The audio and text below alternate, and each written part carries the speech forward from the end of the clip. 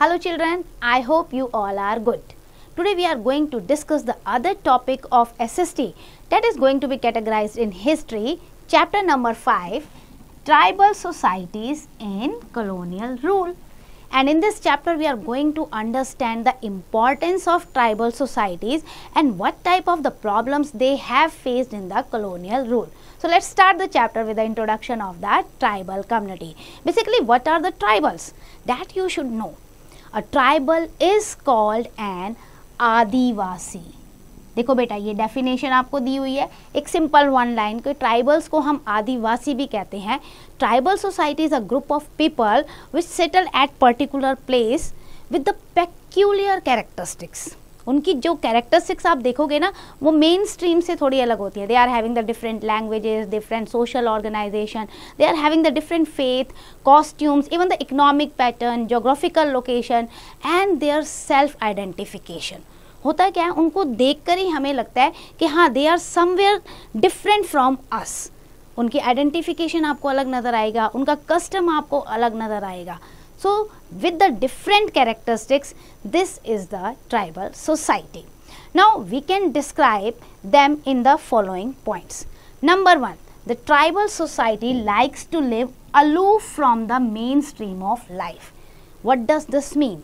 Mainstream means like we people are living in the society, like you are living in the Delhi or Calcutta or Chennai, anywhere in the main cities, capital towns or somewhere else. But these people do not want to live with the mainstream in the society. Somewhere they are distinct from us. वो ना अपने आप को थोड़ा सा main stream से अलग रखना चाहते हैं. Why? ऐसा क्यों होता है? Because it normally inhabits dense forest or hills. उन्हें नेचर से प्यार होता है बेटा, और वो नेचुरल इन्वायरमेंट में रहना चाहते हैं. So आप देखोगे कि जो उनका इनहैबिटेंट्स है, that is near by the dense forest और the hilly areas. Living in these peculiar condition helps it to maintain its unique feature of life. हम लोगों को क्या लगता है, पेड़ काट लो, घर बना लो, लेकिन वो नहीं, वो ऐसा नहीं करते. They loves the nature. Second category, a tribal society needs to have only a limited contact with the outside world.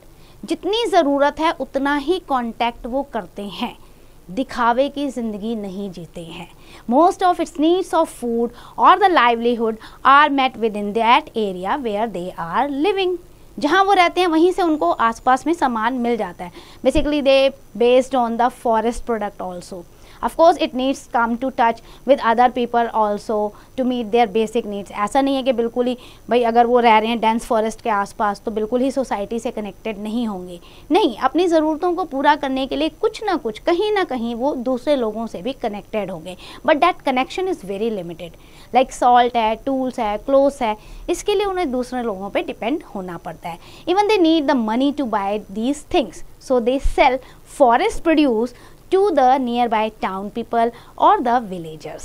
Then the third categories, अगर आप third characteristic देखते हो, so most tribal society follow the jhum cultivation. Now that you have to understand what is jhum cultivation. See beta, jhum cultivation is also known by the name shifting cultivation. आपको हमेशा ये याद रखना है, झूम को हम शिफ्टिंग SHIFTING शिफ्टिंग कल्टीवेशन भी कहते हैं. अब इसमें होता क्या है, basically a patch of land has been cleared by the people. जो भी वहाँ पे रह रहे हैं ना, ये आदिवासी ग्रुप जो है, वो जंगल के आसपास का एरिया, थोड़ा सा एक पैच कह सकते हो आप, उसको क्लियर कर देते हैं. अब क्लियर करने के बाद वो क्या करते हैं, उस पर वो अपनी क्रॉप को ग्रो करते हैं जितना उनको ज़रूरत है फॉर फ्यू ईयर्स. उसमें वो क्रॉप उगाते हैं, फूड क्रॉप बेसिकली, या जो उनकी ज़रूरत है उसको उगाते हैं, फिर उसको यूटिलाइज करते हैं and after some year they leave that particular area. अब उस एरिया को वो छोड़ देते हैं and then they move ahead to the other patch of land. फिर आगे बढ़ गए थोड़ा सा, फिर एक छोटा सा पैच ऑफ लैंड क्लियर कर दिया जिसमें उनकी ज़रूरत जो है पूरी हो जाए. तो इस तरीके से वो पैच ऑफ लैंड को क्लियर करते जाते हैं, क्रॉप ग्रो करते हैं फ्यू ईयर्स के लिए, फिर उस पैच ऑफ लैंड को छोड़ते हैं, फिर नेक्स्ट आगे चले जाते हैं.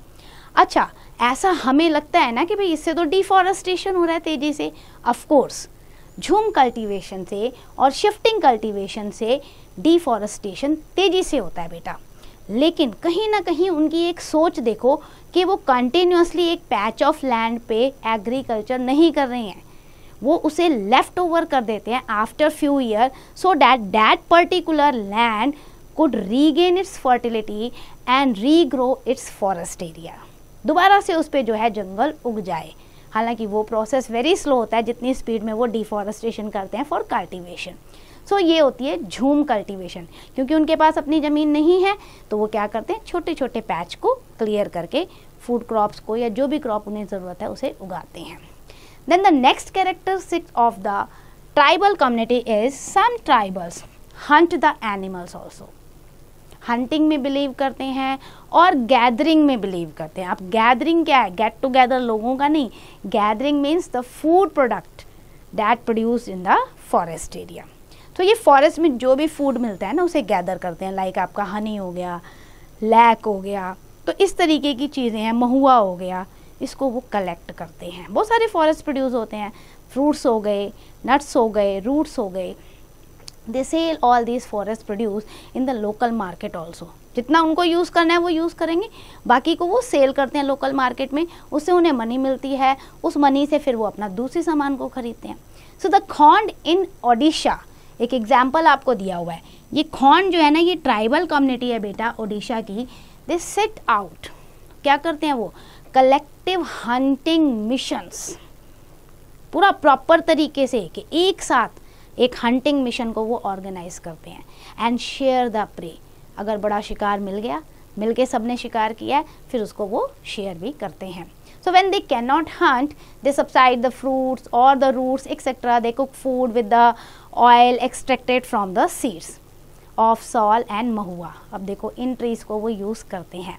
They use many forest shrubs and herbs also for their medical purpose and also sell forest produce in the local market. तो ये थे खोंड जो कि हंटिंग में भी बिलीव करते हैं and as well as gathering में भी बिलीव करते हैं। Now next characteristics, some tribal societies are traditional herders. Traditional herders का मतलब क्या है, यानी काफ़ी समय से उनका काम ही यही है, that they heard the animals. They move from one place to another to herd their cattle like goats, sheep, etc. Why they move? एक ही जगह पे क्यों नहीं रहते गोट्स और शीप को लेके? सोचने वाली बात है। इसलिए बेटा क्योंकि अगर एक ही जगह पे वो अपने लाइफ स्टॉक्स को, अपने कैटल्स को लेके रखेंगे ना, तो वो पर्टिकुलर एरिया जो है, जो उनका ग्रेजिंग ग्राउंड है, वो तो ख़त्म हो जाएगा, ओवर एक्सप्लॉइट हो जाएगा। अब भाई ग्रीन पास्चर चाहिए हमें जानवरों के लिए, उन्हें हेल्दी बनाए रखने के लिए। So that's why in search of the green pasture और green grassland they move from one place to another along with their cattles. अब इसमें आपको एक एग्जाम्पल दिया हुआ है बहुत अच्छा सा, that is Gujjars.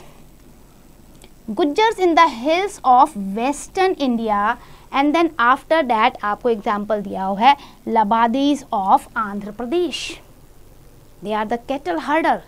Then Gaddi, Gaddis जो हैं आपके हिमाचल प्रदेश में कुल्लू वैली है ना, वहाँ के शेपर्ड हैं। आफ्टर दैट आपके Bakkarwals, Bakkarwals also known as the Gujjar Bakkarwals, Bakkarwals of the Kashmir, they also rear the goats for their livelihoods. So these are the communities which depend on the herding. They move with their cattle from one place to another in search of the pasture. Even they sell milk, wool and skin for their livelihood. Next characteristics of the tribal community is women take part in the domestic and as well as the outside work also. So यहाँ women को liberty है, घर का काम भी करेंगी और बाहर का भी. In some measure they do more work than the men. ये भी देखने को मिला है. Then the members of the tribal societies are arranged in the homogeneous group. Means particular एक वन कंडीशन में. होमोजीनियस ग्रुप क्या होता है? जिनका बहुत पुराने समय से ना एक जैसा एथनिक कंडीशन है, एक जैसा कम्युनिटी है, होमोजीनियस. सो वहाँ पर हम इन्हें ऐसे अरेंज करते हैं. And then that is all members of the tribes are equal and there are no distinctions. Like that of caste etcetera. Like main society में क्या होता है, कास्टिज्म पे डिस्टिंक्शन हो रहा है, रिलीजन पे डिस्टिंक्शन हो रहा है, लेकिन tribal community arrange themselves into the homogeneous group, so फिर कोई डिस्टिंक्शन ही नहीं है। Over the time, some of them emerge more powerful than the others also, and they become the leaders. Then each tribe has its peculiar dialects. Dialects means उनकी अपनी खुद की बोली, भाषा, सबकी अलग अलग भाषा है. But as it has to make limited contact with the outsider called the Dikku. जब भी ये बाहर वालों से कांटेक्ट करते हैं, लाइक हम लोगों से कांटेक्ट किया या जो शहर में लोग रह रहे हैं उनसे कांटेक्ट किया, तो आउटसाइडर्स को ये कहते हैं दिक्कू. इट्स मेंबर लर्न हिंदी और तेलुगु और any other language that is spoken in that particular surrounding area. भाई अब दिक्कू से बात करनी है तो सीखना पड़ेगा, तो इसलिए जो उनके लीडर्स होते हैं या कुछ मेंबर्स जो होते हैं वो आसपास की सराउंडिंग एरिया में जो भाषा बोली जाती है उसको सीखते हैं. Now after that, in many times of flood, famine, etc., what happened? जब भी ये natural disaster आता है ना, so the member of the tribal society need to move out to look for the employment. अब क्या करें, बाढ़ आ गई है या अकाल पड़ गया है तो फिर अपनी एरिया छोड़नी पड़ेगी in search of the job.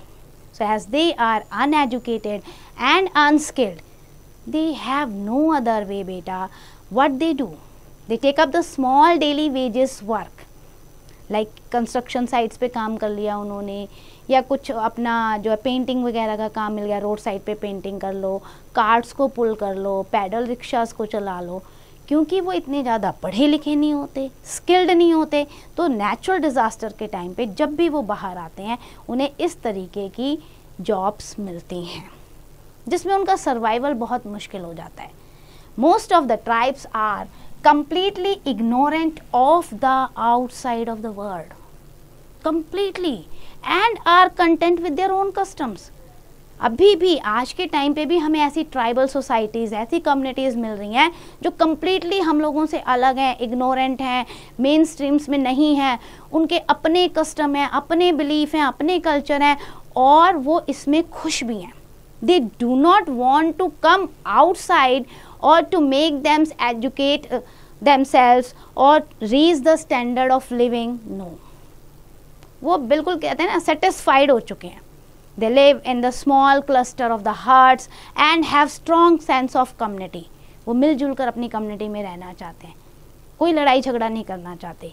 Generally there is a collective meeting place in each village called the akhara. यहाँ पे वो मीटिंग करते हैं एंड वेयर ट्राइबल डांसेस होते हैं, रिलीजियस सेरेमनीज जो होती हैं वो सारी यहाँ पर होती हैं.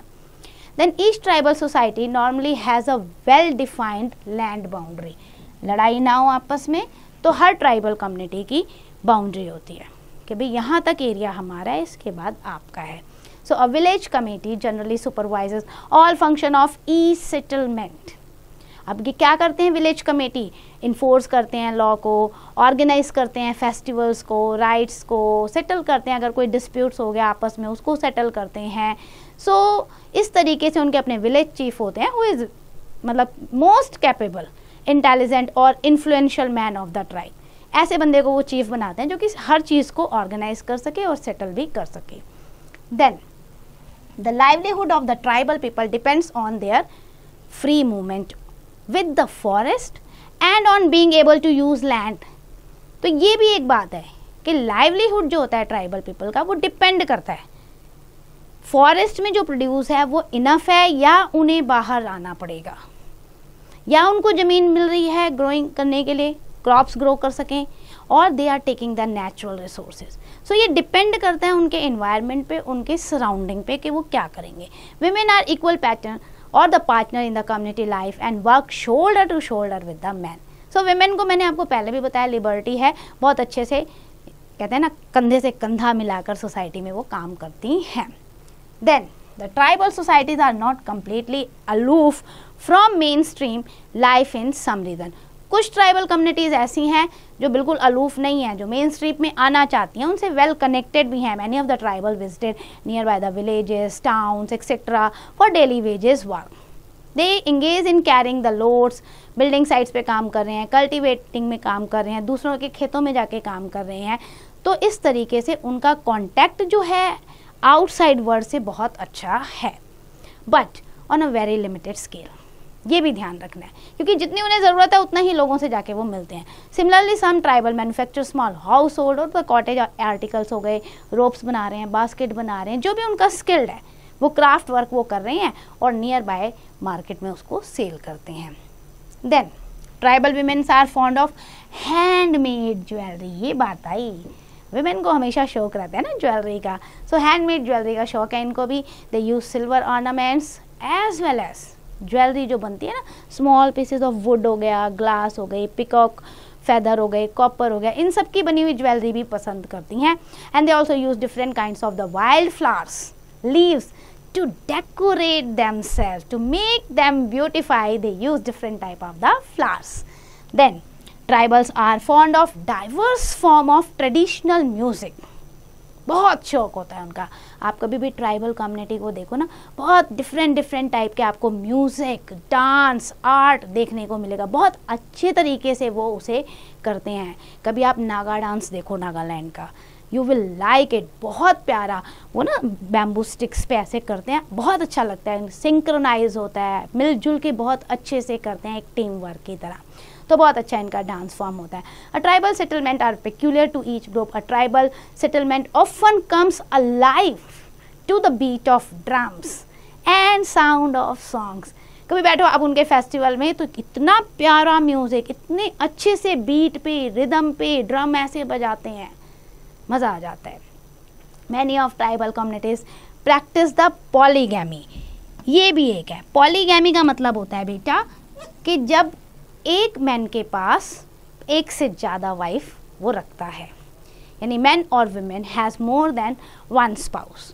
We can find this practice in the Nagas, Gond, Baigas. ये जो नाम आपको दे रहे हैं ना, नागा, गौंड, बेगास, ये ट्राइबल कम्युनिटी के नाम है बेटा। Among many tribals, it is a matter to pride to possess 2 or more wives, and the sale of bride is also prevailing in these tribal community. ये थोड़ा सा गड़बड़ है। हालांकि ये उनके लिए प्राइड मूवमेंट है कि हाँ भाई मेरे पास देखो 2 वाइफ्स हैं, 3 वाइफ्स हैं, लेकिन जो ये ब्राइड्स को सेल करते हैं ना, ये एक्टिविटी थोड़ी सी गलत सी लगती है। बट ये कुछ ट्राइबल कम्युनिटीज़ में ये प्रिवेलिंग है, ये एक्टिविटी, सेल ऑफ ब्राइड्स। अब आप मैप देखो बेटा, you can see the map of India and you can find out, see ये जो आपको पिंक कलर के डॉट दिए हुए हैं ना box, these are the tribal communities। और आपको एग्ज़ाम में आता भी है कि इस एरिया में कौन सी ट्राइबल कम्युनिटी रहती है, या आपको पर्टिकुलर कोई ट्राइबल कम्युनिटी दे दी जाएगी और आपको कहा जाएगा कि you have to locate that particular community to its place। For example Gonds अगर आपको देते हैं, so Gonds and Begas you have to show in the MP. Then after that you can see Banjaras here. After that you can see Bhil here. Gaddi I have told you at the Himachal Pradesh. So there are so many tribal communities still prevailing in India. Now we will discuss about the distribution and density of tribal population. See beta, as per the census of 2011, tribals are about 10.42 crore in numbers.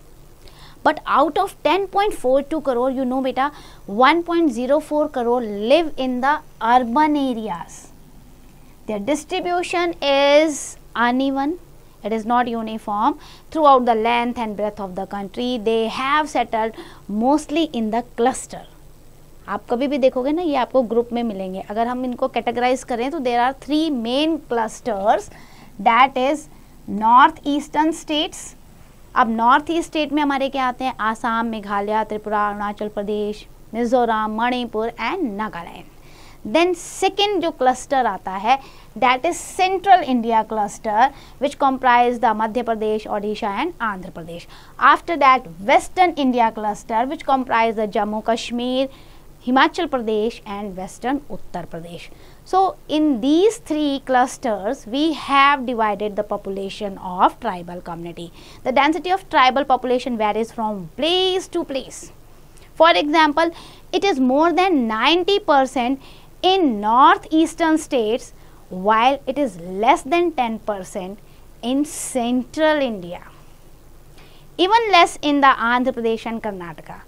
If we are going to talk about the Madhya Pradesh has the largest share of the tribal population, about 14%, and Meghalaya has the only 2.5% of the tribal population. सो इस तरीके से आप देखो density भी जो है population की tribals की दैट ऑल्सो वेरीज, कहीं पे बहुत ज़्यादा है, कहीं पे बहुत कम है. The most numerous tribes are the Gonds, about 90 lakh. तो सबसे ज़्यादा तो गॉन्ड्स हो गए.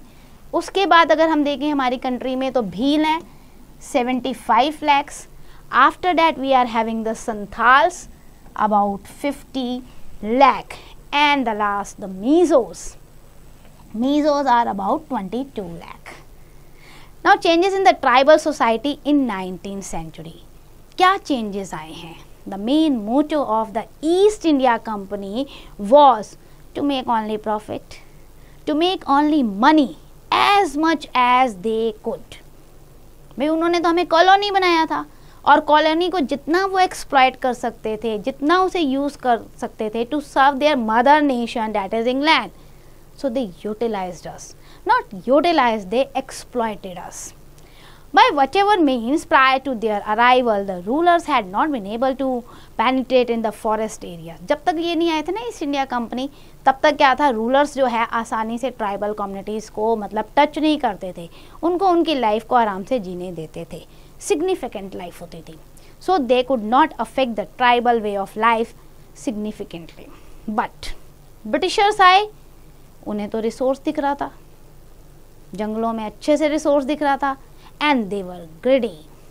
दे wanted to exploit the tribals in whatever they could, every manner. With the beginning of 19th century, as they grew powerful, their greediness also increased. How? They looked at the forest. इतने resourceful forest है India में, इतने घने घने जंगल, dense forest. यहाँ से तो हमें बहुत सारे वैल्यूएबल प्रोडक्ट मिल सकते हैं, टिम्बर मिल सकता है, अगर इन पेड़ों को काटें तो लकड़ियाँ मिल सकती हैं. एंड दैट टाइम बेटा वो जो टिम्बर होता था ना, लकड़ी, उसको वो रेलवे का स्लीपर बनाने में यूज़ करते थे. तब जो ट्रैक बनते थे ना, ट्रैक के बीच में जो पटरी के बीच में जो आप देखते थे ना, वो लकड़ी के फट्टे लगे होते थे. अब नहीं लगते, अब आपको सीमेंटेड दिखेंगे, बट पहले के टाइम पे यूज़ होता था. तो टिम्बर को इन्होंने बहुत जगह यूज़ किया है. मिनरल्स वो भी मिल जाते. So they needed to cut down the forest to get land for cultivation also. उन्हें लगा क्या है, फॉरेस्ट है, इनसे हमें क्या मिल रहा है, इनको कट करो, डिफॉरेस्ट करो, क्लियर करो, इस पर कल्टीवेशन कराओ, वो भी किसकी, कैश क्रॉप की, जिसको हम मार्केट में सेल कर सकें. लाइक कॉटन हो गया, इंडिगो हो गया, जूट हो गया. इसको खा तो सकते नहीं है, इसको तो हम बेच सकते हैं. तो कैश क्रॉप को उन्होंने उगाना शुरू किया और रेलवे को बनाना शुरू किया. तो इसलिए अब उन्हें फॉरेस्ट की ज़रूरत थी. So the people living near by the forest और inside the forest, now they are going to be affect with the British policy. As the company's activity deprived the tribals of the forest land in which they moved freely. अभी क्या हो गया, पहले तो कोई रोकने वाला नहीं, आराम से इधर से उधर मूवमेंट हो रही है, लेकिन अब वो डिससेटिस्फाइड हो रहे हैं ब्रिटिश पॉलिसी से, डिसकंटेंटेड हो रहे हैं, रिबेल कर रहे हैं, रिवोल्ट करने की कोशिश कर रहे हैं कि we are not going to allowed you to enter our home. But company को तो मैन पावर चाहिए थी काम करने के लिए. किसको कराएंगे माइनिंग में काम, इन्हीं लोगों से कराएंगे. ट्राइबल पीपल को उन्होंने फोर्स करना शुरू कर दिया to work for them, and that too at the very low wages. The tribals were very very unhappy at that time. Why? Because now they are depriving of their traditional way of life. बहुत ज़्यादा जिद. आपको मैं एक example देती हूँ बेटा. South Africa में ना ऐसे ट्राइबल कम्युनिटी थी. सो ब्रिटिशर्स ने बहुत फोर्स किया, वो नहीं माने, मारा भी पीटा भी, नहीं माने, नहीं करना काम हमने. उन्होंने पता है क्या किया, उन्हें कैसे फोर्स किया माइनिंग में काम कराने के लिए. उन्होंने उनके जानवरों को मरवा दिया, बहुत सारे, यानी 1, 2, 3, 4 लाखों में. और जब उनके एनिमल्स मर गए ना, तब उन्हें बड़ा दुख हुआ. तो उनके पास कैटल रह ही नहीं गए थे, और वो कैटल पे ज़्यादा डिपेंड रखते थे for milk, for other products also. और फिर जाके वो फोर्स्ड हुए वर्क करने के लिए। ऐसे the Britisher adopted the different policy to make them force to do the work, labour work for them, and this interference had disturb the tribal economy. कभी आज तक उनके साथ ऐसा हुआ ही नहीं था और अब इंटरफेरेंस हो रही है। And with the expansion of the British rule in India, तो फिर तो day by day one law another law, और उनकी इकोनॉमी धीरे धीरे ट्राइबल कम्युनिटी की शटर डाउन होने लगी, टूट गई, खत्म होने लग गई। British snatched away their vast tribal land, खींच लिया, कहते हैं ना छीन लिया, जंगलों को डिफॉरेस्ट करके कैश क्रॉप्स को गिराना जो है अब उन्होंने ग्रो करना शुरू कर दिया। Tribals were forced to become laborers on the very low wages. Before the arrival of the British, tribal chiefs had control over their territories. मेरा कंट्रोल है, कोई दूसरी ट्राइबल कम्युनिटीज में एंटर नहीं कर सकती, कोई और नहीं कर सकता। पावर थी पूरी ट्राइबल चीफ के पास, ऑर्गेनाइज करके रखता था अपनी कम्युनिटी को। लेकिन ब्रिटिशर्स के आने के बाद इतना ज़्यादा चेंज हुआ कि उसकी पावर धीरे धीरे डिक्लाइन होनी शुरू हो गई। ब्रिटिशर्स ने कहा ये क्या है, कोई डिसिप्लिन लाइफ नहीं, कैसे रहते हैं ये, they have to be discipline, they had to live the settle life, but they तो do the movement. So that's why उनके इतने डेली बेसिस के जो पॉलिसीज चेंज हो रही थी, एक्वायर कर रहे थे वो टेरिटरीज को, इससे जो चीफ थे वो भी अपनी पावर को लॉस कर रहे थे। And British never like the tribal ideas of झूम कल्टीवेशन। ये क्या है, पैच क्लियर किया आगे बढ़ गए, पैच क्लियर किया आगे बढ़ गया, you need to settle, we will provide you the land, settle हो, एक जगह पे रहो, घर बनाओ और यहाँ पे आप रेगुलर बेसिस पे वर्क करो। British wanted the regular income and revenue from them. वो कहते हम ना इनसे रेवेन्यू टैक्स नहीं कलेक्ट कर पाते, आज ये यहाँ है कल वो वहाँ पहुँच गए, मूवमेंट होती रहती है इनकी। So to collect the revenue they tried to settle them. अभी क्या हुआ, so they introduce the land settlement, they measured the land, defined the rights of every individual tribal so that the land and fix revenue can come. पूरा proper measurement करके, ये आपकी community है, आपको इतनी ज़मीन दी जाएगी, आपको इस पर खेती करना है, इतना रेवेन्यू देना है। Some tribals were declared as landowners also and the other as tenants. However, some tribal in northeast India insisted to continue with their traditional practice. अब ये नहीं था ना कि सबके साथ एक जैसा व्यवहार कर रहे हैं, डिवाइड भी करते जा रहे हैं। किसी को लैंड ओनर बना दिया है, किसी को टेनेंट बना दिया है, किराएदार बना दिया है। So very dividing policy was there. Conversion की बात करें तो ब्रिटिशर्स ने बहुत ज़्यादा इनकरेज किया था इन ट्राइबल कम्युनिटीज़ को to convert themselves into the Christianity. It was the direct interference in the life of the tribals, in the tradition and the faith of the tribals, and most of the tribals followed their own faith.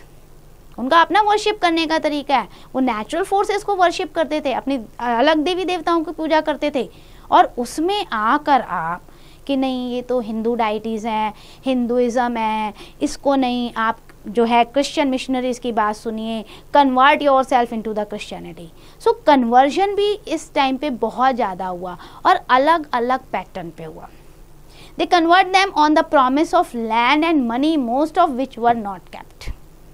This was the reason the tribal felt threatened on the outsider, क्योंकि उन्होंने ये कहा कि आप convert होते हो तो हम आपको बहुत सारा पैसा देंगे, बहुत सारी ज़मीन देंगे, अदरवाइज़ तो हम आपको क्रिमिनल डिक्लेयर कर देंगे। फोर्स भी कर रहे हैं, लालच भी दे रहे हैं, लेकिन ब्रिटिशर्स ने कब अपना प्रॉमिस रखा है? कभी भी नहीं। और यही कारण था कि कुछ ट्राइबल कम्युनिटीज़ को देख के बाकी ट्राइबल कम्युनिटीज़ घबरा गई थी, डर गई थी कि ये जो डिक्कूज हैं, जो आउटसाइडर्स हैं, they are going to decline, destroy our religious faith and tradition. Now they looked at the outsider as the enemy, और उन्होंने ये डिसाइड किया कि भाई ये हमारा लैंड एक्सप्लॉइट कर रहे हैं, हमारा फेथ, हमारा ट्रेडिशन एक्सप्लॉइट करते हैं। The many converted tribals returned to their original faith when they found the futility of the conversion, because it created the identity crisis for them. जो कन्वर्ट भी हुए थे ना, वो वापस अपने धर्म पे आ गए। उन्हें लग रहा था कि हमारी तो अपनी पहचान ही खत्म हो गई है, हम क्यों इनकी बात माने। सो रिबेल स्टार्ट होने शुरू हो गए। इम्पैक्ट ऑफ फॉरेस्ट लॉ क्या था? क्योंकि ब्रिटिशर्स तो आ गए, उन्होंने तो फॉरेस्ट लॉ बना दिया, बहुत सारे ऐसे कानून जो उन्हें पसंद नहीं थे। फॉरेस्ट एक्सप्लॉइट करना उनका मेन मकसद था। So the British wanted to bring the forest under their direct control. They introduce the forest laws declaring the forest is the state property. आपकी नहीं है, ये अब स्टेट की प्रॉपर्टी है। Several restrictions were imposed on the tribal community। आप नहीं जा सकते अंदर जंगलों में। बहुत सारे ऐसे टैक्स लेकर आ गए, बहुत सारे ऐसे लॉ लेकर आ गए, like criminal tribe tax. Criminal tribe act जो था बेटा, इसमें इन्होंने क्या डिक्लेयर कर दिया, ये जो ट्राइबल कम्युनिटी है, those who are moving from one place to another, they are the criminal. That's why they are moving. अगर दे आर नॉट क्रिमिनल तो they need to settle one place. और उन्होंने गांव वालों के दिमाग में भी ये डाल दिया। ग्रेजिंग एक्ट ले आए कि if you want to graze your animal you have to pay the tax, क्योंकि भाई ये तो स्टेट प्रॉपर्टी है। So their traditional rights and practices like jhum cultivation were curbed. Restrictions were also imposed on their collecting forest produce, hunting of animals. ये सब restrict कर दिया गया. These laws were like the direct attack, direct interference in the way of the living of the tribal community. Livelihood, existence, सब खत्म हो रहा था. Britishers needed more and more manpower to do the plantation. Do the work in the mines. So they forced the tribals to do the work for them. Mostly of the tribals were recruited through contracts.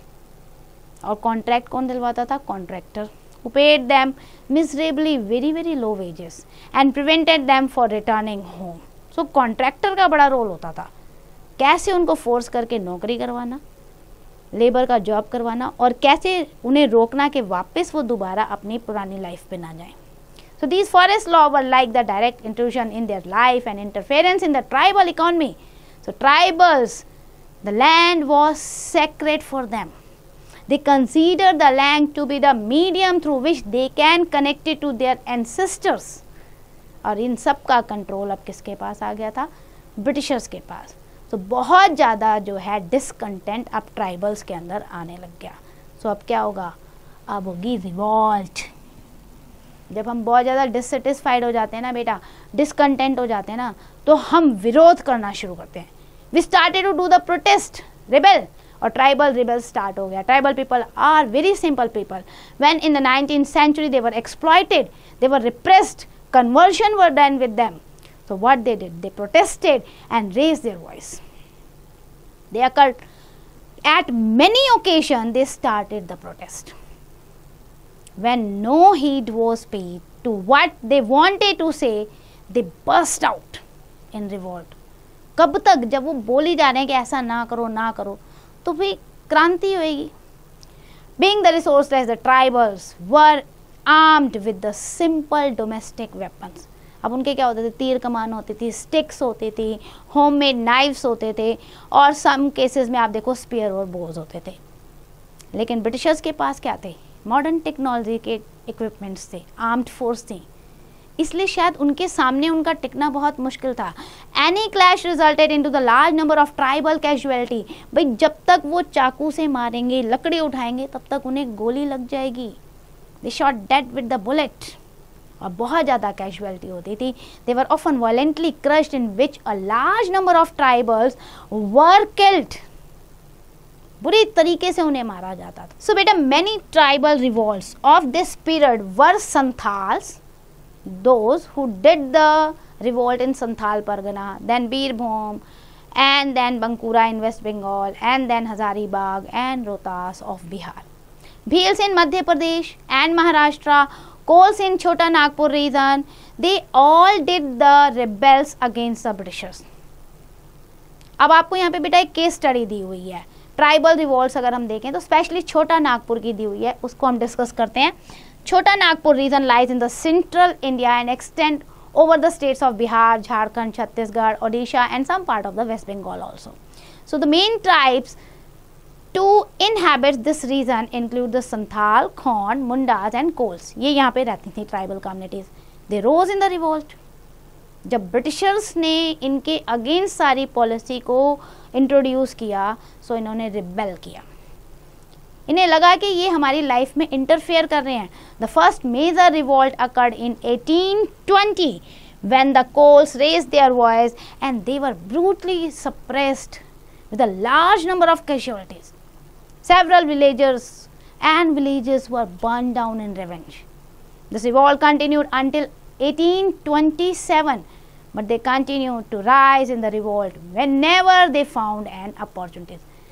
बेचारों ने बहुत क्रांति की, बहुत विद्रोह किया, मारा गया, कुचला गया, फिर विद्रोह किया, फिर मारा गया, कुचला गया, चलता रहा ये सब कुछ. तो इस तरीके से ये रिवोल्ट जो है वो आगे बढ़ी. But at the end Britishers won. Now the another revolt was the Munda. That Munda rose in revolt in 1830-31 and Coles also joined them. It covered the large area in the present day district of Ranchi, हो गया, Hazirabad, Palmau and Mambhum. The rebels attacked foreign settlers and planters and the revolt was crushed in 1832. लेकिन फिर भी ये revolt 1837 तक चलती गई. मुंडास ने भी अपने आप को बहुत कहते हैं रिबेल करके दिखाया. एंड में बेशक ब्रिटिशर्स की हार हुई, but that were the victorious people जिन्होंने अपने लाइफ को सेक्रीफाइस किया अपने ट्रेडिशनल राइट्स के लिए. Then most of the massive revolt was by the Santals when the Permanent Settlement Act in 1793 was introduced. Santhal was disposed by their land because they failed to pay the high tax. मना कर दिया, पे ही नहीं कर पाए, बहुत ज़्यादा high था. So in addition to conversion of Christian missionaries caused unrest among them. एक तरफ हाई टैक्स, दूसरा क्रिश्चियनिटी में कन्वर्ट आ जाओ, इतना ये डिसकंटेंट हो गए. The Santhal resented these activity and rose in revolt on several occasions. Then Santhals have long history of revolt against the British. The first major revolt had occurred way back in 1780s when Baba Tikka Majhi took up the arms against the British. The Santhal Hul is a Santhal term used for liberation movement. जब वो हुल बोलते हैं ना, इसका मतलब हम आज़ादी की लड़ाई लड़ रहे हैं. It is said to be one of the fiercest battle in the history of Indian freedom struggle. After that, the Santhal Hul in 1855-57 was led by 4 Murmu brothers, Sido, Kanhu, Chand and Bhairav. इन चारों ने मिलकर लड़ी लड़ाई. On June 30, 1855, when 2 of these brothers were arrested, a 10,000 strong force was led by Siddo Momo and Kanhu Momo. They attacked government officers, police station, indigo planter, railway station. बहुत लंबी लड़ाई इन्होंने लड़ी, बहुत अच्छे से लड़ी. Series of violent confrontation with the British and their against took place various places. Armed with this domestic weapons, the Santhals could not compete with the advanced weapons of the British Army. और यही कारण था at last उनकी हार हुई. हालांकि लड़े वो बहुत बहादुरी से, लेकिन थे तो उनके पास वही पुराने हथियार. So they secured the freedom of Santhal Parganas but could not hold them free for long in term. Why? The number of Santhal, about 15,000 to 20,000 were killed. And after this, the British encouraged Christian missionaries to work and convert forcibly Santhal into the Christian communities. Then the revolt by the Mundas is another important historical event. Birsa Munda, मुंडा का नाम आते ही ना हमारे दिमाग में बिरसा मुंडा आता है, क्योंकि ये रिवॉल्ट बिरसा मुंडा ने लेड की थी. Broke out in Ranchi in 1899-1900. इस रिवॉल्ट का जो एम था, that was to draw out the British zamindars and money lander.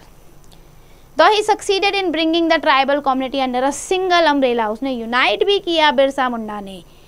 Attack किया पुलिस स्टेशन पे, कंपनी ऑफिशियल्स पे, मिशनरीज पे. It came to an end with the arrest of Birsa and his death in jail under mysterious condition. After that rebel was also ended. Tribal revolt. Now we are going to focus on the north east region. बहुत सारी north east reason पे भी tribal revolt हुई है against the British policy. A revolt erupted इन आसाम, जहाँ पर peasant जो थे कामरूप के एंड दरांग डिस्ट्रिक्ट के, revolted against the high rates of land revenue. Then British tried to take advantage of the internal conflict within the royal family. The people rose under the leadership of Bir Tikendrajit. The British suppressed them also violently. The people of Meghalaya rose in the revolt against the imposition of the house tax and income tax in 1860. और ये revolt जो थी उनके leader थे you Kiang नोंगबा, लेकिन British ने उन्हें भी कैप्चर कर दिया और हैंग्ड कर दिया. The people of Meghalaya rose in another revolt which broke out in the Garo hills in 1872. जब ब्रिटिश ने क्या किया, they tried to occupy their area. Common people led by Pa Chaugan Sangma resented the action which led to the confrontation, but it was brutally suppressed. In 1874, the Kanwar and the Sapahar movement was started under the leadership of Bhagirath Manji. It popularized the idea of one God. The revolt was mainly aimed at the social reform, but it was also opposed the British revenue policy, and Britishers suppressed this revolt also. Now the brave Meghalaya tribals made a bid for the social reform in 1914 under the leadership of Jatra Orion, who worked for giving up animal sacrifice, drinking and other vices. He organized the people. Non-violent protest करो. उन्होंने भी लोगों को organise किया, unite किया, समाज सुधार करने की कोशिश की, बट जब वो ब्रिटिशर्स के खिलाफ हुए तो ब्रिटिशर्स ने उन्हें भी सप्रेस्ड कर दिया फोर्सिबली. बिरसा मुंडा की केस स्टडी ले लेते हैं बेटा. Birsa born in mid 1875 in the Munda family. Father जो थे उनके बहुत पुअर ट्राइबल कम्युनिटी से बिलोंग करते थे, पुअर थे, and who had been disposed of his life land by the British. अब उनके फादर जो थे, जो लैंड था ब्रिटिशर्स ने ले लिया था. When he was wandering from place to place, it was then that Birsa was born in Bamba. तो जब उनके फादर एक जगह से दूसरी जगह घूम रहे थे, क्या करना है ट्राइबल कम्युनिटीज के साथ, तब बिरसा का जन्म हुआ था बाम्बा में. He grew up around the forest grazing sheep, playing the flute and dancing. जंगलों में ही उनका जन्म हुआ, जंगलों के बीच में ही रहे वो, इन the local Akhara communities. During his social interaction he heard that the Munda uprising on several occasion. वो सुनते थे कि मुंडा ने बहुत कोशिश की है, लड़ते हैं, ब्रिटिशर्स के खिलाफ लड़ते हैं. He also heard the sardars, sardar मतलब chief of the community, motivating the tribals to do the revolt. तो वो सोचते थे क्यों करते हैं रिवोल्ट, क्या रीज़न है. इन सब को उन्होंने एनालाइज किया जब वो बड़े हुए.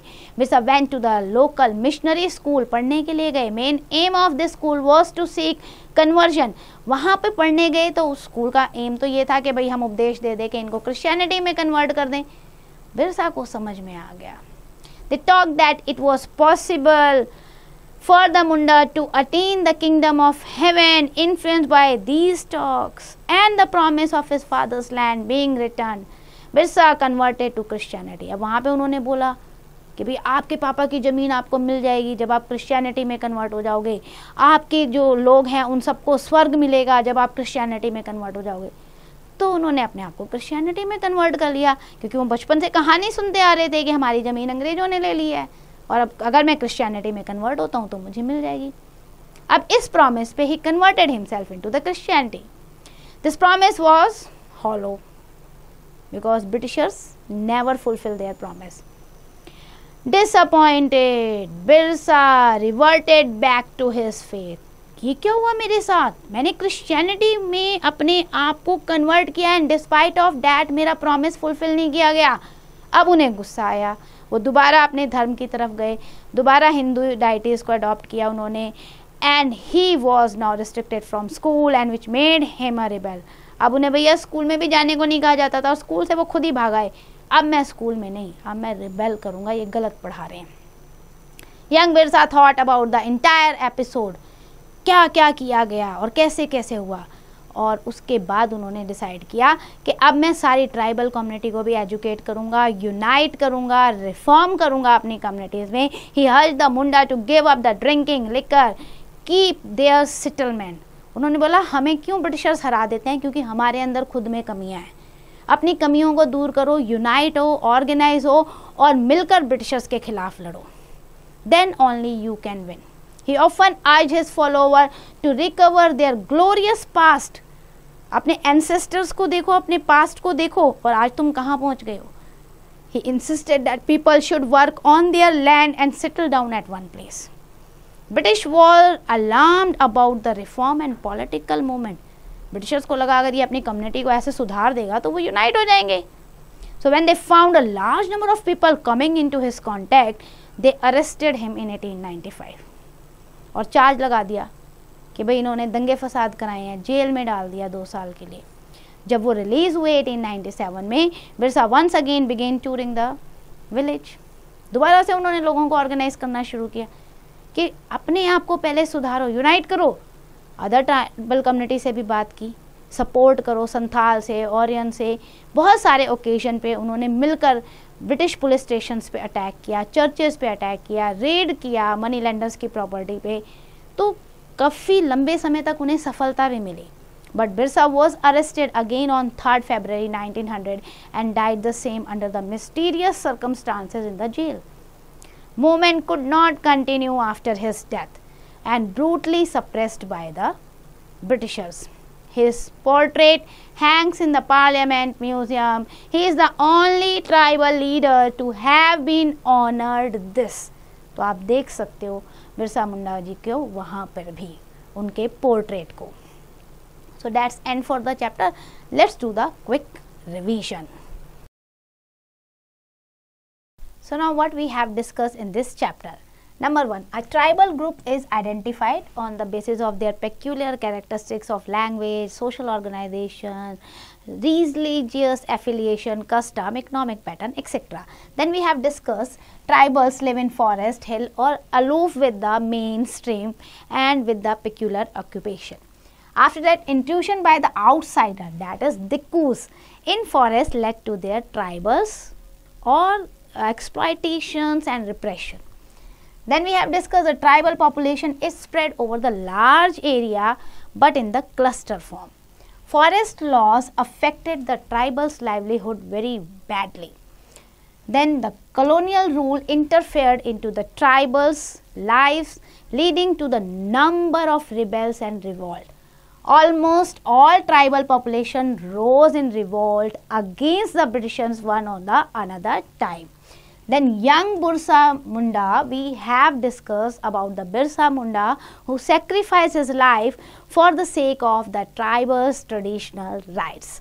So that's end for the chapter. I hope you understand each and every topic.